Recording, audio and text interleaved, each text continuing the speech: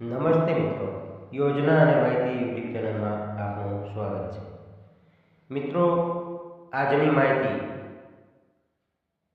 એ છે આપણા આવાસ યોજના માટે, એટલે કે આપણું મકાન માટે આપણે અરજી કરેલી છે, પરંતુ મંજૂર થયું છે કે નહીં એ જોવા માટે શું કરવું. આપણે આવાસ યોજનાઓની અલગ અલગ યોજનાઓ જે આવતી હોય એમાંથી 3 યોજનાઓ જે છે, ડૉક્ટર આંબેડકર આવાસ યોજના, પંડિત દીનદયાળ આવાસ યોજના અને ડૉક્ટર આંબેડકર સફાઈ કામદાર આવાસ યોજના. તો આ 3 મંજૂર થઈ ગઈ છે કે નહીં, તેમનું સ્ટેટસ કઈ રીતનું જોવું, તો આપણે એ જોઈએ આજનો વિડીયોમાં. એ પહેલાં અમારા ચેનલ યોજના અને માહિતી યુટ્યુબ ચેનલને સબસ્ક્રાઈબ ન કરી હોય તો સબસ્ક્રાઈબ કરી લેવું, અને અમારો આજનો વિડીયો ગમે તો લાઈક અને શેર પણ કરી દેવું. તો ચાલો મિત્રો, મંજૂર થઈ ગયું છે કે નહીં એ જોવા માટે આપણે આગળની પ્રોસેસ જોઈએ. તો સૌપ્રથમ તો મિત્રો તમારે કોઈ પણ એક બ્રાઉઝરમાં જવાનું રહેશે. સૌપ્રથમ તો મિત્રો હું અહીં ક્રોમ બ્રાઉઝર ઉપર આવી ગયો છું. તેમાં મેં SJED આટલો સર્ચ કરીને સમાજ કલ્યાણની વેબસાઇટ eSamakkalyan.gujarat.gov જોવા મળશે. તેના પર ક્લિક કરશો. તેમના પર ક્લિક કરતાની સાથે અહીં તમારી સ્ક્રીન ઉપર આ રીતની સમાજ કલ્યાણની વેબસાઇટ જોવા મળશે. તેમાં તમે નીચે લાસ્ટમાં વયા જશો તો યુર એપ્લિકેશન સ્ટેટસ લખેલું છે, તેના પર ક્લિક કરવાનું રહેશે.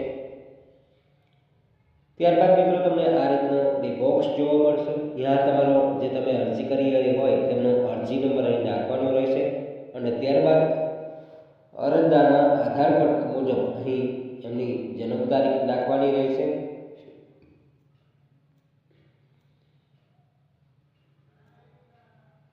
જન્મ તારીખ નાખ્યા બાદ સ્થિતિ તપાસો તેના ઉપર ક્લિક કરવાનું રહેશે. તો આપણે અત્યારે ક્લિક કરી દઈએ.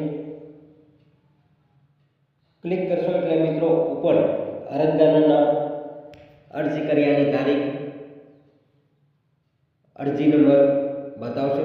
ત્યારબાદ તમારા જિલ્લાનું, જે તે જિલ્લામાં તમે અરજી કરેલી હશે તેમની અહીં તેમનું પૂરેપૂરું સરનામું જોવા મળશે.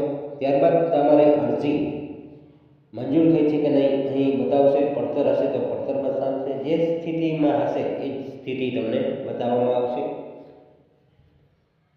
તો આ હતી માહિતી મિત્રો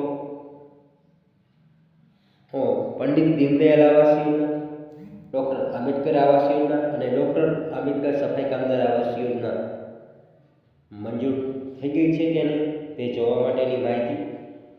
શું આપ આવાસ યોજના માટે અરજી કરી છે? શું તમારો આવાસ મંજૂર થઈ ગયું છે?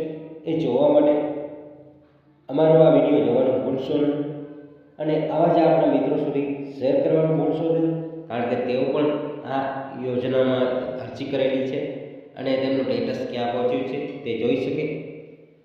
અને હા મિત્રો, આપ હજી સુધી અમારા ચેનલ યોજના અને માહિતી યુટ્યુબ ચેનલને સબસ્ક્રાઈબ ન કરી હોય તો સબસ્ક્રાઈબ કરી લેવું, અને બાજુમાં આપણે બેલના બટનને દબાવી દેવું, જેથી આપને અવારનવાર અવનવી યોજનાઓ અને અન્ય માહિતી મળતી રહે. ફરી મળીશું આપણે આવી જ માહિતી, કંઈક નવી જ માહિતી લઈને. ત્યાં સુધી આપ મને રજા આપશો. જય દ્વારકા.